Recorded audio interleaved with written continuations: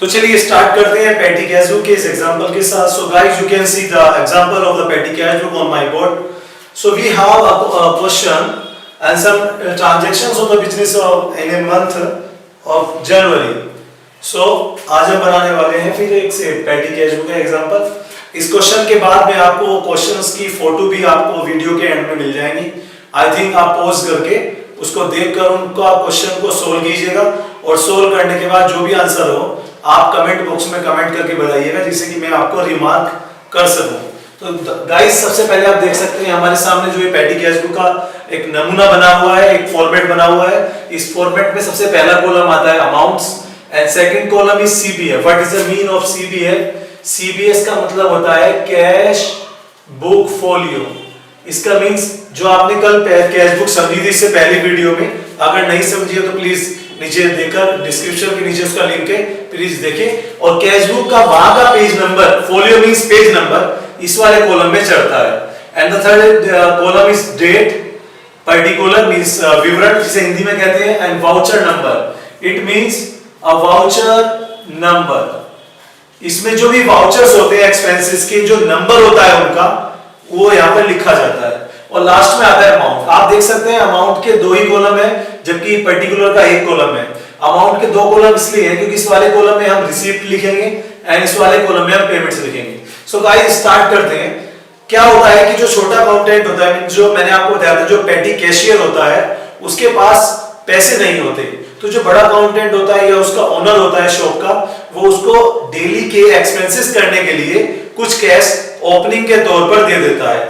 जैसे यहाँ पर लिखा है कैश रिसीव 1000 रुपीज. तो 1000 रुपीज उन्होंने ये सब एक्सपेंस करने के लिए कैशियर को दे दिए.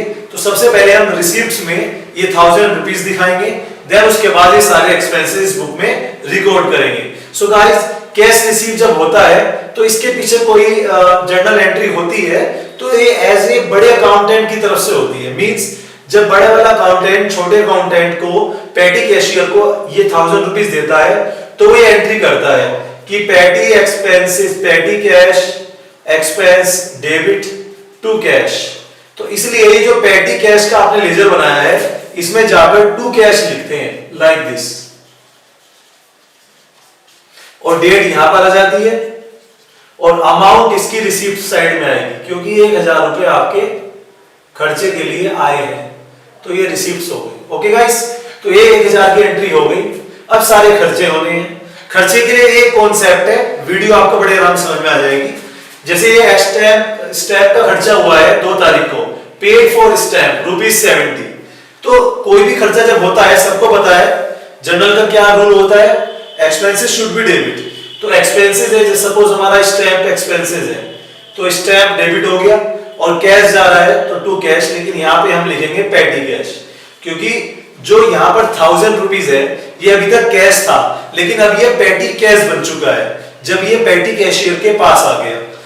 ओके गाइस, अगर पेटी शब्द किसी को समझ में नहीं आ रहा है तो पेटी का मतलब होता है छोटा मोटे खर्चे, यानी कि पेटी मींस छोटे मोटे, कंसोलिडेटेड मींस एक सन्ड्री कह लीजिए आप. सन्ड्री शब्द का मिसलेनियस शब्द का यूज करते हैं, उसको पेटी कहते हैं. तो guys, stamp debit to petty cash. तो पेटी कैश के 2 में जाएंगे, 2 भी यही, बाय भी यही, और बाय स्टैम्प. ऐसे करके हम इसको लिख देंगे 2 जनवरी, अमाउंट 70. तो इधर वाली अमाउंट जाएगी ऊपर डैश क्योंकि ये एक्सपेंसेस है, पेमेंट साइड में, रिसीप्ट इधर साइड में. अब ऐसे ही सारे एक्सपेंसेस हैं, सबको आप यहां पर सेम एंट्री ऐसे ही करके पोस्टिंग कर दीजिए. जैसे स्टाम्प डेबिट हुआ ऐसे ही आपका टेलीफोन भी डेबिट हो जाएगा.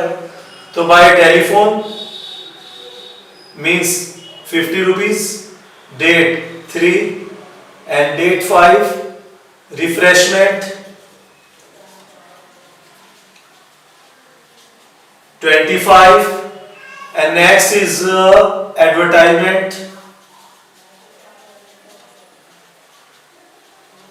an amount 100 rupee, and next is cartage. So by cartage that is 60, and next is traveling. ये सारे एक साइड बाय बाय करके सारे खर्चे आ जाएंगे. Travelling 50 rupees. अभी बैलेंस निकालना भी मैं आपको बताऊंगा, तो आप देखते रहिए वीडियो को एंड तक. और अगर आप वीडियो को एंड तक देखेंगे तो आपकी हिम्मत की दाद देनी पड़ेगी गाइस, ऐसे ही लिख दीजिए। और अगर आपने अभी तक मेरा चैनल सब्सक्राइब नहीं किया है तो सब्सक्राइब करें, जिससे कि अकाउंट्स की और भी नॉलेज मैं आपको प्रोवाइड करा सकूं। And 21 by refreshment amount 40। Okay guys, stamp 22,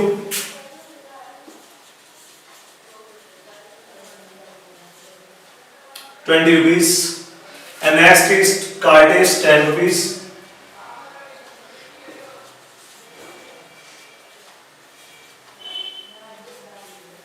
traveling ₹60,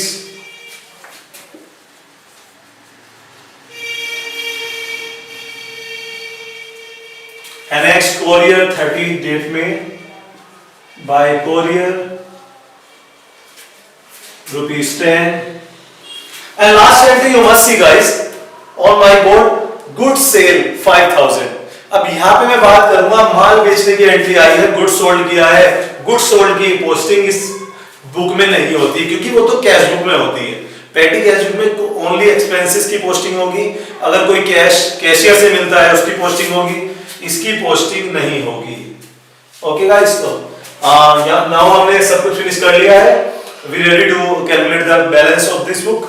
so guys, सबसे पहले क्या करना है आपको, जैसे ही एंट्री फिनिश हो जाती है आमने सामने के कॉलम में दोनों साइड टोटल कर लीजिए।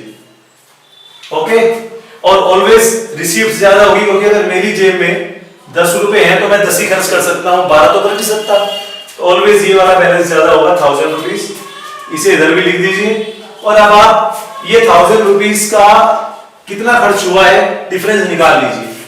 तो 70, 7 14, 104, 145, 205, 255, 275, 275, 325, 365, 385, 395, 395, 455, 465, 465 का एक्सपेंसेस हुआ है। ओके गाइस, कैलकुलेट करते हैं। 535, ₹535 का बैलेंस आपका बचा है।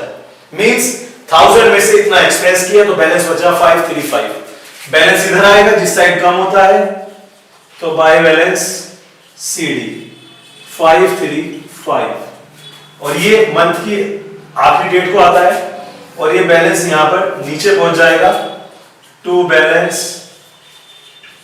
BD नेक्स्ट मंथ की फर्स्ट डेट को, फर्स्ट फेयर, और यहां पे लिखी जाएगी अमाउंट। अब आप देख सकते हैं जैसे ये कंटिन्यू हुआ क्वेश्चन, ऐसे ही इसे नीचे से बंद नहीं करते, कभी भी ध्यान रखेंगे, यहीं पे रख देते हैं, नीचे से कंटिन्यू हो जाएगा next month fair month. So guys, ये थी पेटी कैश बुक। पेटी कैश बुक 2 टाइप्स की होती है, एक सिंपल पेटी cash book that is this, and the second one is analytical पेटी कैश बुक, मींस हिंदी में कहते हैं विश्लेषणात्मक खुदरा रोकड़ भई।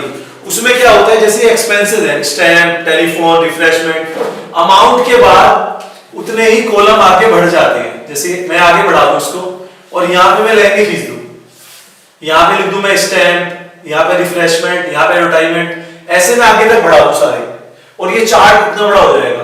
तो जैसे स्टाम्प की अमाउंट आपने यहां पे लिखी और मैंने यहां पर स्टाम्प लिखा, तो यहां पर भी स्टाम्प की अमाउंट लिखेंगे। टेलीफोन यहां पर है तो टेलीफोन की अमाउंट यहां पे लिखेंगे, ऐसे करके सब में लिखते हैं। तो इससे क्या होता है, 1 मंथ में सपोज यहां पर टेलीफोन, यहां पर रिफ्रेशमेंट एक बार यहां मंथ में 2 बार हुआ, तो टोटल रिफ्रेशमेंट कितना हुआ उसके कॉलम से उसका टोटल पता लग जाता है। ओके गाइस, इसलिए बनाते हैं एनालिटिकल पेटी कैश बुक। लेकिन आपके लिए बहुत है, और एनालिटिकल पेटी बुक वो बनाते हैं जिनके यहाँ एक दिन में एक से ज्यादा खर्चे होते हैं और बहुत सारी मात्रा में होते हैं।